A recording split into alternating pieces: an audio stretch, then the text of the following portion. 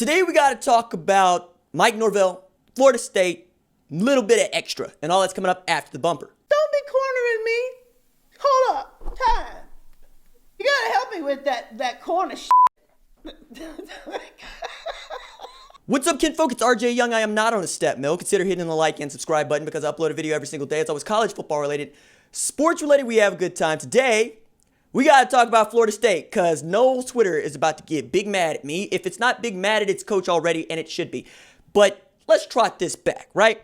So not too long ago, I'm reading up on the college football previews because that's what I do and that's what I love and that's what you come here for. And we all kind of were bullish on Florida State this year. We love Marvin Wilson at defensive tackle, and he figures prominently in our story. And we like Mike Norvell, and we like him hiring Kenny Dillingham away from Auburn. And we really like what the defense could be, but also what the offense could be. And last year, the talent was there with Willie Taggart because they had fourth quarter leads against Virginia, Wake Forest, and Boise State. Now, they lost all of those games, and they were really close to having 9 wins as opposed to 6. And then Norvell comes in, and you feel like they get a good shot in the arm. But before that, they fired Willie Taggart, who's black, and that figures into our story here, after 21 games where he wasn't very good. Now, he got just a little bit shorter amount of time than Chad Morris did at Arkansas, but Florida State's Florida State, and they played for championships and won championships in the last decade. And they also are used to winning at a high level in this century. Then we've had the virus, right? So Norvell doesn't get an opportunity to talk with his kids all that much in the first place or see them play. And now lately we have had Black Lives Matter protests, among other things, to populate and really question each other and this country, because I thought that police brutality, which is the issue, was simple to grasp. But I continue to forget that it's not easy to grasp what you refuse to reach for. And that was why Drew Brees has been dragged here lately, because he took an opportunity where he was asked about what protests might look like, if there might be more kneeling this season in light of recent protests, and didn't say, I stand with my teammates, didn't say, I understand this police brutality needs to stop. Didn't do what Lincoln Riley did, which is say, hey, all lives can't matter until Black lives matter too. Didn't do what Tom Herman did, which is say, hey, look, you are a minority football player at the biggest brand in college football. Use your platform. I support you. And he didn't even do what Dabo Swinney did, which is basically say, we're all sinners and there's lots of bad news. That missed the mark. But what Brees did misses the mark even more because he made it about the flag. Now, feelings about the flag don't even factor in here, right? Because Colin Kaepernick was never taking a knee to disrespect the flag or the military. He was taking a knee to protest police brutality to black folks, in particular black men like him.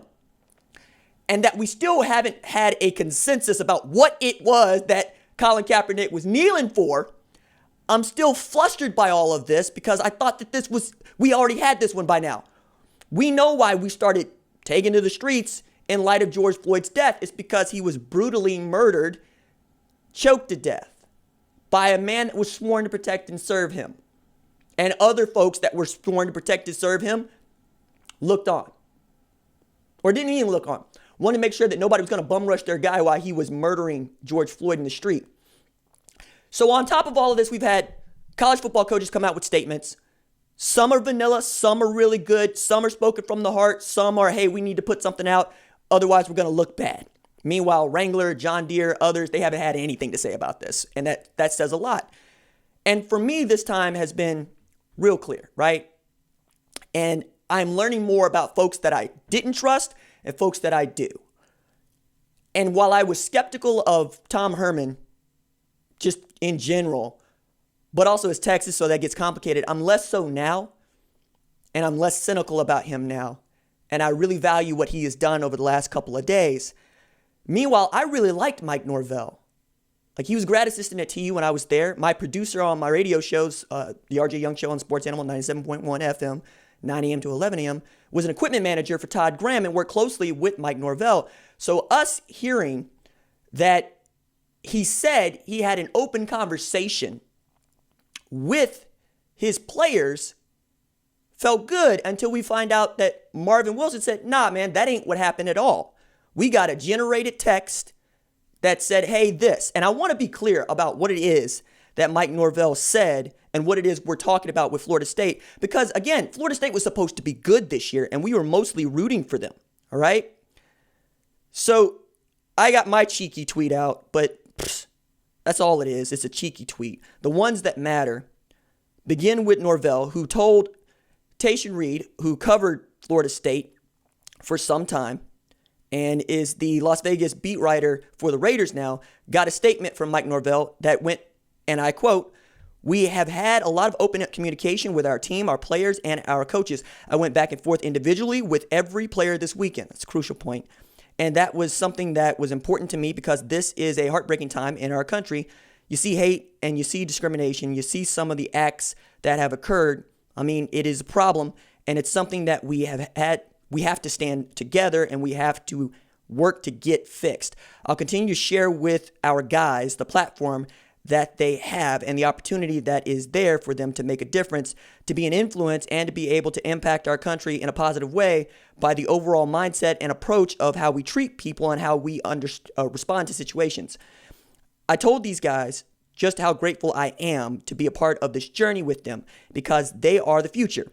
We've got an incredible group of men that I get a chance to work with as players and coaches. I'm honored to have the opportunity to help make a difference. That's something that we definitely have talked about in a big picture team approach, but also more specifically the individual and group conversations.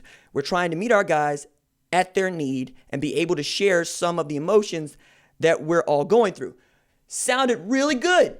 And also sounded like the dude that might have had his hair braided by a bunch of underprivileged black kids while going to Central Arkansas. That's what it sounded like. Then we get news from Marvin Wilson, senior defensive tackle, Florida State, who says in a tweet over the top of Tayshaun Reed's tweet, man, this poop did not happen. We got generated text that was sent to everybody. There was no one coach on one talk between us and coach. This is a lie. And me and my teammates as a whole are outraged. And we will not be working out until further notice. So to unpack all of this, if Marvin Wilson is claiming that Mike Norvell lied in his statement to a reporter about how he is responding to his kids' feeling of fear and identification in the Black Lives Matter protest, while I can understand someone's disagreement, like I can understand it, I don't agree with it and I don't entertain it, but I can understand it. I cannot understand why this is something you would lie about. Why you would lie about talking to your kids about this. When I thought the most simple reaction here would have been to sit there and listen to your kids. That's what it is. You could have been a safe harbor for them. And it feels like with Marvin Wilson coming over the top of this, that's what he would have wanted. That's what I would have wanted. That's what I'm getting from a very select few people around me. But there's no good that comes from you claiming to have done this thing when you haven't. If anything, he might have to actually leave the job. He might get fired before he ever coached it down.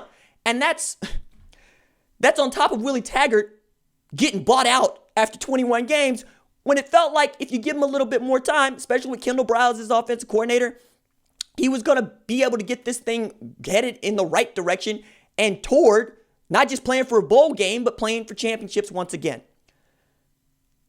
I can't defend that. I won't defend that. And I'm disappointed. But as coaches say, for the rest of us, teaching moment. All right, that's it for me. Deuces.